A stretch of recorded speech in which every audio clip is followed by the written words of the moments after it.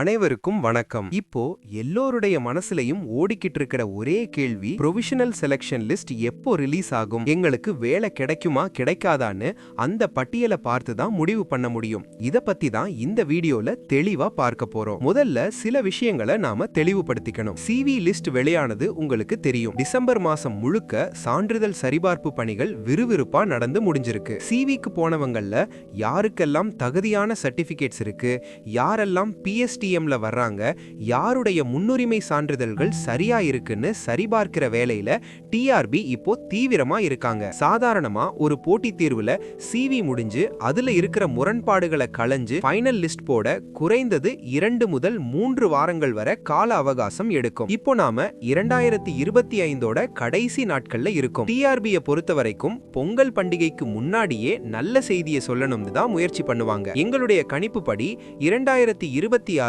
ஜனவரி முதல் அல்லது 2ஆம் வாரத்துல, அதாவது ஜனவரி 5 முதல் ஜனவரி 12க்குள் PGTRB 2025க்கான ப்ரொவிஷனல் செலக்ஷன் லிஸ்ட் அதிகாரப்பூர்வ இணையதளத்துல வெளியாக வாய்ப்புகள் மிக அதிகம். சில பாடப்பிரிவுகளுக்கு CCAMஆவும், சில பெரிய பாடப்பிரிவுகளான தமிழ், ஆங்கிலம், மேக்ஸ் போன்றவற்றுக்கு ஒரு நாள் இடைவெளியிலையும் இந்த லிஸ்ட் வரலாம். சோ ஜனவரி முதல் வாரத்திலிருந்து நீங்க ரொம்பவே தயாரா இருக்கணும். நிறைய பேர் கமெண்ட்ல கேக்குறீங்க, சார் நான் CV போயிட்டேன், எனக்கு வேலை கன்ஃபார்மா அப்படின்னு. இங்க தான் நாம ஒரு விஷயத்தை கவனிக்கணும். 100 போஸ்டிங் இருக்குன்னா அவங்க 125 பேரை கூப்பிட்டிருப்பாங்க. அப்போ அந்த எக்ஸ்ட்ரா இருக்கிற 25 பேரை ஃபில்டர் பண்ணுவாங்க. யாரெல்லாம் டாப் மார்க்ல இருக்கீங்களோ உங்களுக்கு சதவீதம் வேலை உறுதி. ஆனா ஒரே மார்க்ல 10-20 பேர் இருக்கும்போது அங்க பிறந்த தேதி பார்ப்பாங்க.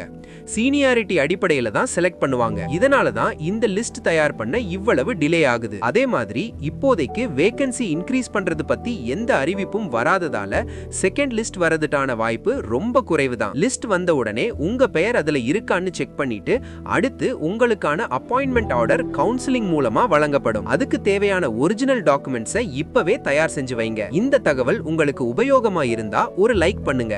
வெற்றி பெற போகும் அனைத்து வருங்கால அரசு ஆசிரியர்களுக்கும் மனமார்ந்த வாழ்த்துக்கள். வணக்கம்.